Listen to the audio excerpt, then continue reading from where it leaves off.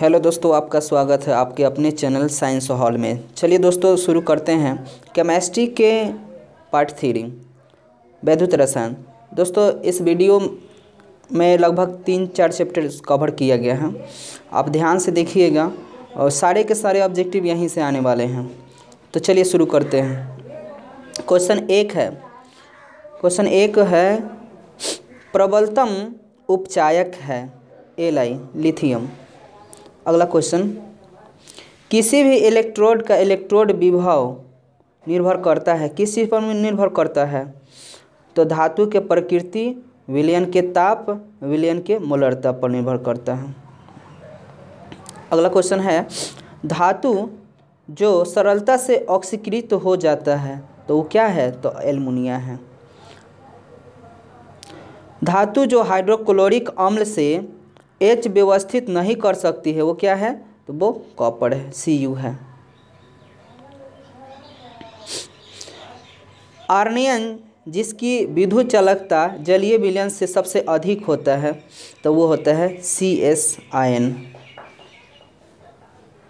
अच्छे चालकता और विलयन वाले पदार्थ क्या होता है? ये प्रबल वैद्युत अपघट्य होता है।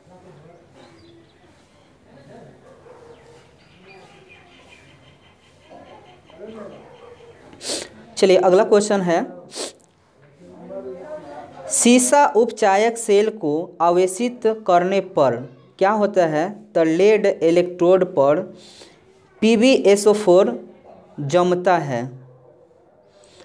अगला क्वेश्चन है विशिष्ट चालकता के मात्रक है ओम इनवर्स। गैल्वेनोज सेल यह एक ऐसा यंत्र है जो रासायनिक ऊर्जा को विद्युत ऊर्जा में बदल देता है। इलेक्ट्रोड दोस्तों प्रत्येक सेल 2 भाग का बना होता है। प्रत्येक को अर्ध सेल या इलेक्ट्रोड कहा जाता है। नोट कर लीजिएगा। देखिए विद्युत सेल का यहाँ डिफिनेशन भी है कि वह विद्युत सेल वह यंत्र है जो रासायनिक ऊर्जा को विद्युत ऊर्जा में नहीं, ये ऐसा यंत्र है ना जो बस रासायनिक ऊर्जा को विद्युत ऊर्जा में बदल देता है। ये दोस्तों 2 प्रकार के होते हैं, यहाँ 2 प्रकार के हैं, देख लेते हैं। प्राथमिक सेल, ये प्राथमिक सेल और दूसरा का है द्वितीयक सेल। तो द्वितीयक सेल को कई भाग है, देख लीजिए।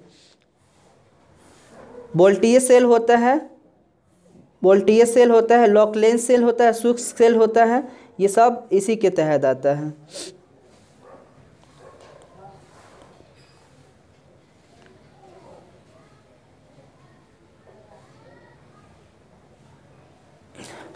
दोस्तों अब हम लोग चौथा पाठ देखेंगे केमिस्ट्री का, जिसका नाम है रासायनिक बलगतिकी।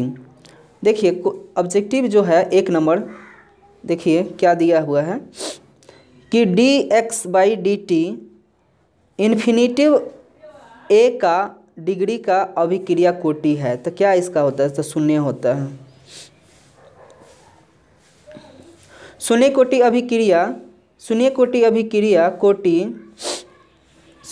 अभिक्रिया के दर नियतांक का मात्रक होता है तो मोल मीटर सेकेंड।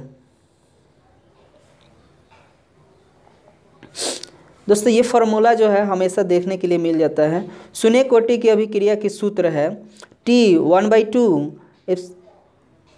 समानुपाती A डिग्री।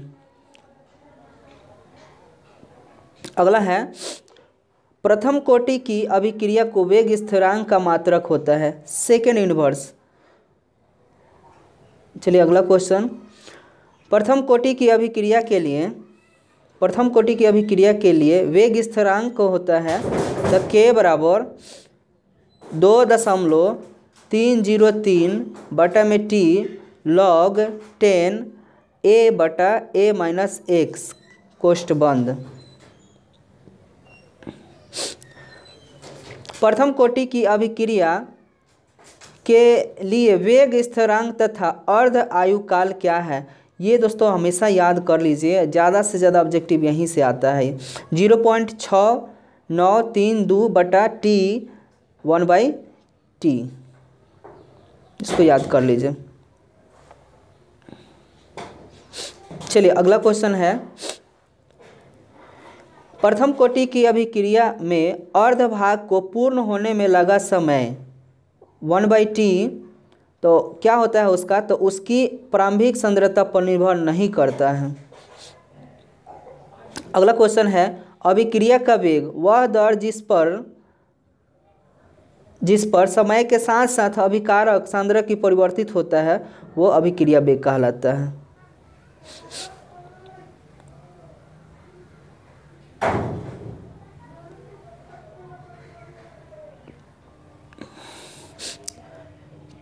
चलिए 5 पाठ देखते हैं केमिस्ट्री का। पृष्ठ रसायन। पहला क्वेश्चन है, अमोनिया जो है NH3 प्राप्त किया जाता है कौन सा विधि से, तो हैबर विधि से प्राप्त किया जाता है।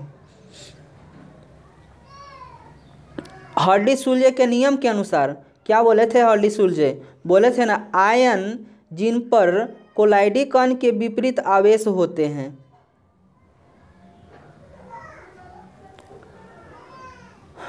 फाइंडिलिक अधिशोषण समीकरण ये है दोस्तों इसका, x/m बराबर Kp पावर में 1/n, जो कि कोष्ट में लिखा हुआ है n बड़ा है a से।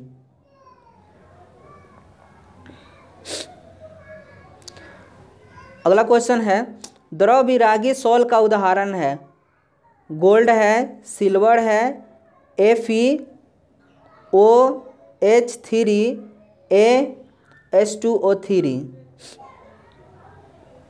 एंजाइम क्या है, तो एंजाइम जो है नाइट्रोजन युक्त कार्बनिक यौगिक है।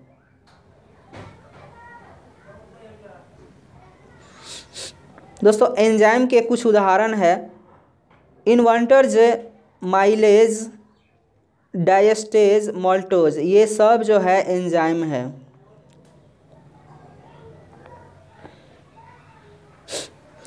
साबुन का घटक है, देखिए साबुन इसी से बनता है, सोडियम स्टीएरेट।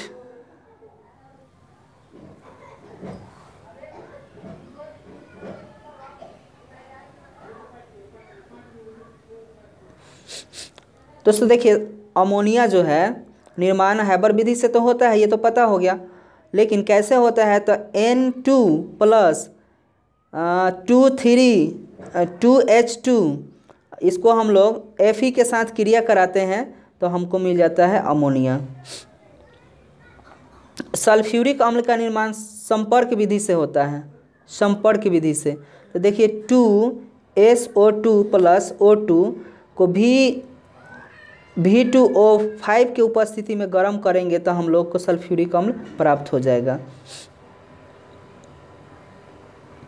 अगला क्वेश्चन है, नाइट्रिक अम्ल निर्माण का ओस्टवाल्ड, इसका इक्वेशन देखिए यहाँ पर है, जो अमोनिया प्लस ऑक्सीजन से पीटी क्रिया कराने पर हमको जल प्राप्त हो जाता है और नाइट्रिक ऑक्साइड। टिंडल प्रभाव उत्पन्न होता है प्रकाश के परिकिरणन के कारण, टिंडल प्रभाव उत्पन्न होता है। देखिए पायस जो है, पायस के एक और नाम है इमल्सनो। इसका 4 गो उदाहरण यहाँ पर है, देख लीजिए। फेन प्लवन, साबुन तथा डिटर्जेंट, दूध, जल में wash, cream, hair dye, shampoo इत्यादि सब में पायस की मात्रा पाए जाते हैं।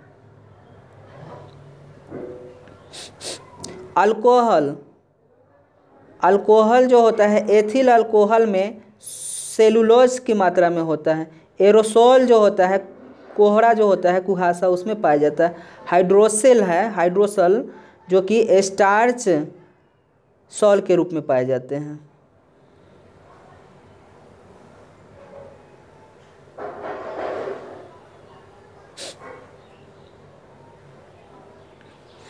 अगला क्वेश्चन है, उत्प्रेरण का अधिशोषण सिद्धांत उपयोगी है ठोस उत्प्रेरकों के लिए।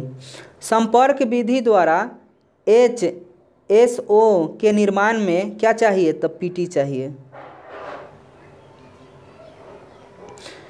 अगला क्वेश्चन है, अम्लीय KMNO द्वारा ऑक्जेलिक अम्ल के ऑक्सीकरण में उत्प्रेरक है? तो इसमें होगा MN2IN। पदार्थ जो उत्प्रेरक की क्रियाशीलता को नष्ट अथवा कम कर देती है वो क्या होगा? तो उसको बोलेंगे उत्प्रेरक विष कहेंगे। अधिशोषण सिद्धांत क्या है? तो विषमांगी उत्प्रेरण है।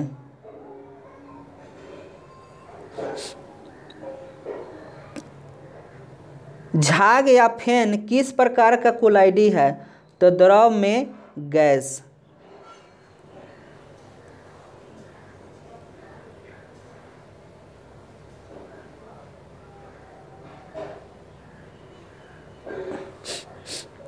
अगला क्वेश्चन है कोहरा निम्न में कोलाइडी का व्यवस्था क्या है? गैस में द्रव परिक्षिप्त। अगला क्वेश्चन है द्रव विरोधी कोलाइडी है? तो ये गंधक।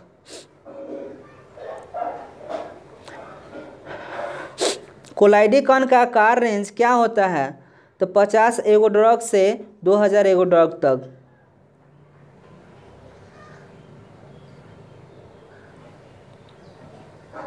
जब वायु परिक्षेपण माध्यम होती है तो बना हुआ सॉल कहलाता है काची? एरोसॉल कहलाता है। प्रकृति कोलाइडी नहीं है, कौन सा? ये प्रकृति कोलाइडी नहीं है। RCOONA। अप्राकृतिक कोलाइडी क्या है? प्रकृति से जो कोलाइड पाए जाते हैं तो वो है रक्त है, NaCl है, शर्करा है, ये प्राकृतिक कोलाइड है।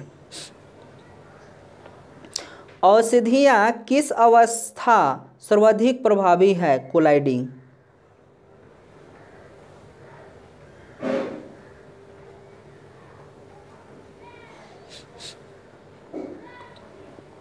अगला क्वेश्चन है कोलाइडी को शुद्ध करने की विधि क्या है? अपोहन विधि से कोलाइडी को शुद्ध किया जाता है। ब्राउनियन गति के कारण क्या होता है? तो परिक्षेपण माध्यम के अणुओं का कोलाइड कणों में संघनन। स्वर्ण संख्या संबंधित है? तो द्रव स्नेही कोलाइड। द्रव स्नेही कोलाइड। अगला क्वेश्चन है अर्सेनियम सल्फाइड के कोलाइडी विलयन के अस्कंदन से सबसे प्रभावी विलयन है क्या? तो ये है BaCl2। दूध एक उदाहरण है, पढ़ चुके हैं हम लोग, किसका? पायस का।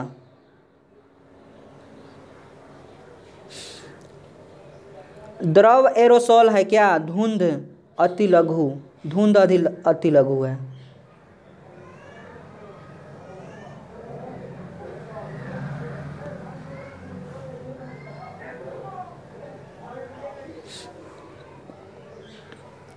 दोस्तों इसको ध्यान से नोट करते चलिएगा ताकि एक भी ऑब्जेक्टिव छूटे नहीं। इस बहुत मेहनत से इसको निकाला गया है।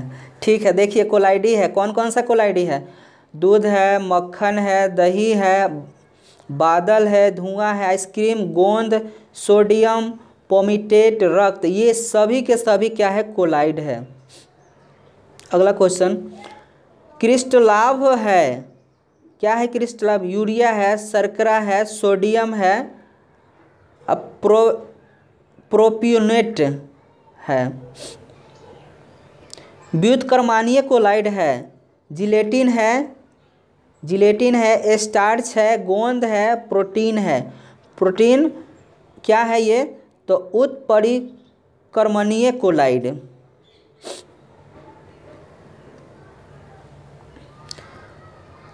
अगला क्वेश्चन है लैड चैम्बर विधि द्वारा सल्फ्यूरिक अम्ल बनता है। तो देखिए यहाँ पर SO2 प्लस O2 को क्रिया कराया जाता है NO से, तो उसके बाद ये बन जाता है। एंजाइमों का अनुकलन pH क्या होता है? तो इसका pH होता है 5 से 7। द्रव के द्रव में परिक्षेपण को क्या कहते हैं? तो द्रव को द्रव तो पायस।